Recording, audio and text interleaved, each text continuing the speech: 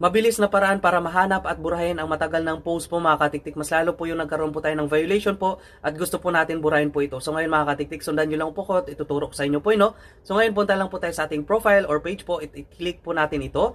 Okay, pagkatapos po, makikita nyo po yung 3 dots po dyan sa baba. Ayan po. So ngayon, i-click lang po, tapos itong manage post, i-click din po natin. Okay, pagkatapos po dyan, itong filters po sa taas po, i-click po natin yan. Ayan. Pagkatapos po dito sa go to, ayan, today. So ngayon, old post po yung hanapin po natin. So halimbawa, nagkaroon ng violation po, i-click lang po natin yung arrow na yan po mga katiktik. Okay? So ngayon, halimbawa, itong December 31. Ayan, i-click lang po natin yung date. Tapos, okay. Ayan.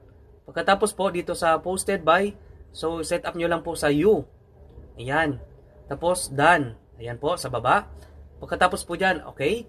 Okay, 29, December 29 pababa po mga katiktikin no.